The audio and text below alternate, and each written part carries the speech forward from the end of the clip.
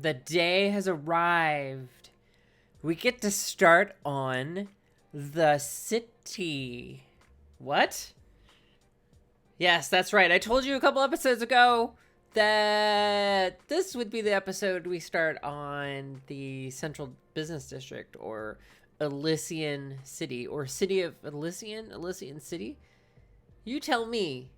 You tell me. Elysian City or City of Elysian? Elysian City would be we as residents would be Elysians, right? Right?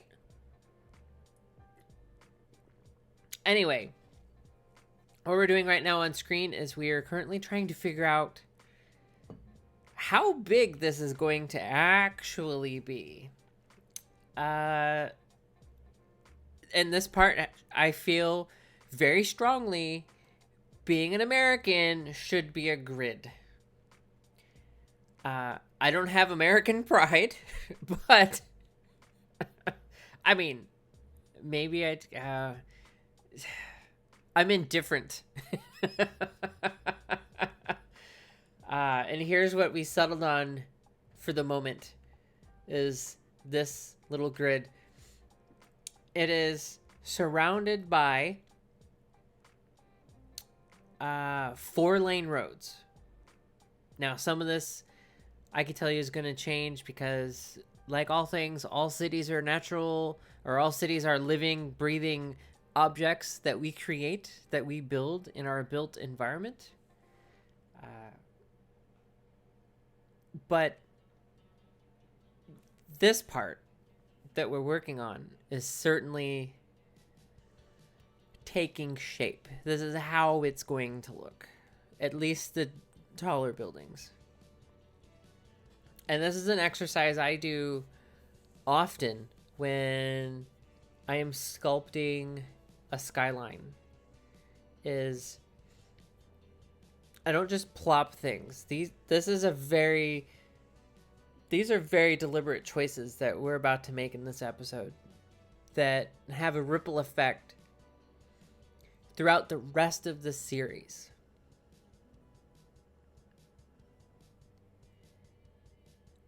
But while we're here and waiting,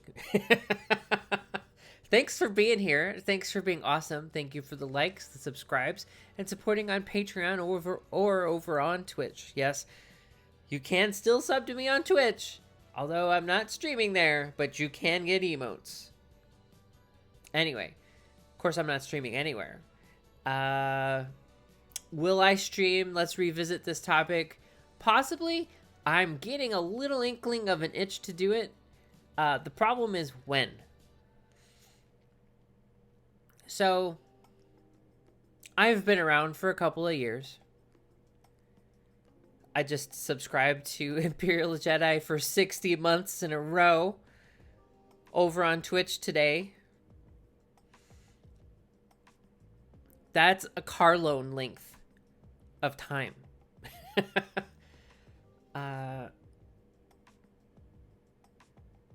But anyway, the fact of the matter is time. Live streaming takes time. Making videos takes time. So, in the spirit of time, right now, even though I have time, I don't have time. Which is odd, right? I don't have time. Will I have time in the future? Most likely, yes. Because other projects that I'm doing won't be around. Or won't have as much demand on my time as they do now. So in a previous episode, I talked about remodeling our basement out of necessity. That's going to take time. I have to do those drawings and find people to help do it. I'm currently involved in another GTA roleplay server in terms of doing vehicles and some clothing stuff and some light tweaks to code. So that takes a little bit of time, although the bulk of that work is kind of done, but we're starting to ramp up actual roleplay on the server now that we feel that it's stable enough to support roleplay as opposed to a lot of broken or overtly missing things that you really need to do roleplay well. Not that you need a lot of stuff to do roleplay well, it's just that if I'm going to give you a task, I should give you the tools to complete it. At least that's my theory. I like this building. I think it stays there. I like it because it's kind of modern. There's some, not necessarily industrial, but there's, I don't want to say minimalist either, because it's not necessarily minimalist, but you see it's got an exoskeleton. That's the term. Its supports are on the outside, which I don't know if that's really safe, but I mean, who's to judge, right? So there's a lot of back and forth. Think of this as clay. If you are familiar with working with clay or drawing or painting, there's a lot of push and pull of your media, and city skylines and these buildings, everything that's in it, all these mods are just tools and my media for creating this artwork.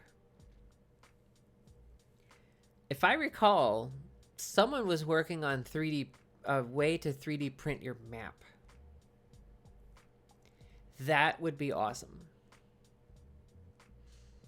I would probably pay to have the map 3D printed.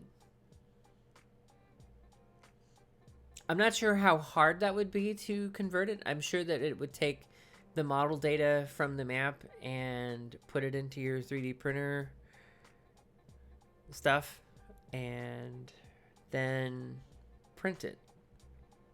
Question is, how big? Does it get designed to where each tile is, say, 6 inches? 6 inches times 81? Whew! That's a big map. What about 3? 3 is still pretty big, right?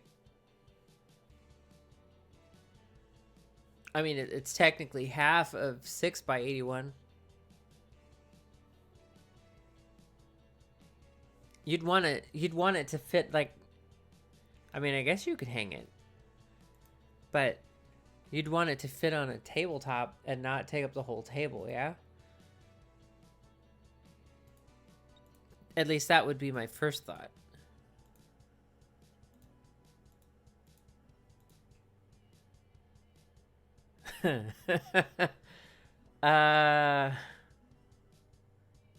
Wow. Let me recalculate that. I started to do math in my head and I got not necessarily overwhelmed, but the numbers started to get a little outrageous. So 81 by 6 and 6 inches being the 6 is 486 inches.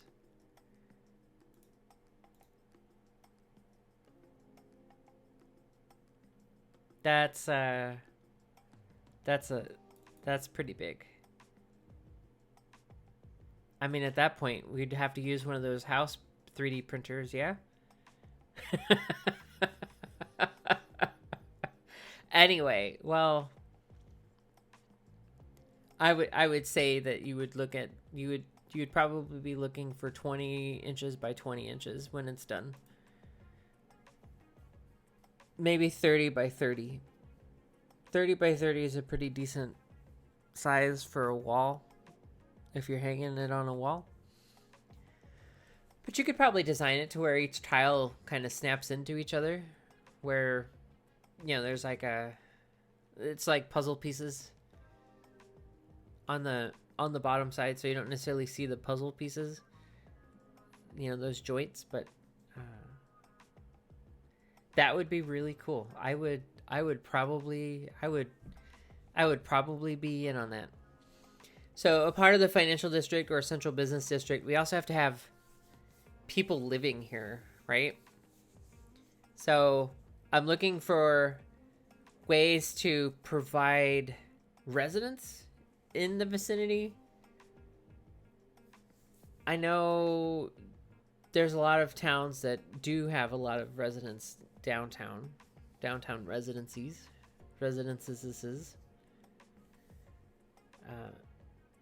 And some don't. St. Louis doesn't have a lot of downtown residents. They're more or less starting on the outside. So if you look at a map of St. Louis, anything below Interstate 64 is pretty much a lot of residential. West of Jefferson is a lot of residential. Downtown proper, near Market and 12th. I used to live in downtown, but, you know, I say there's not a lot, but there's still there's a chunk, but not, we're not talking Manhattan. Manhattan no longer is like sure, there's lower Manhattan, which is the financial district, but I think it all blended together where people lived and people worked. Wouldn't it be nice if you lived on an upper story and you just took an elevator down to work? If you had to leave your house? Oh, this tool. Realistic population. I highly recommend it if you want to do some funky things with your Rico stuff. Or anything. It could just be a growable building. In fact, there's not even a difference between growable and Rico anymore. It just exists, and you could place it, and it just works. And if it doesn't work, you can make it work with that tool. Or where I switched it from commercial to office, because that's a mixed use building from the workshop, where you've got like commercial at the bottom and you have your residential at the top. But commercial on the bottom and residential on the top isn't a good mix because the commercial makes them sick. So if I switch it to office, it won't make them sick, but it will give jobs.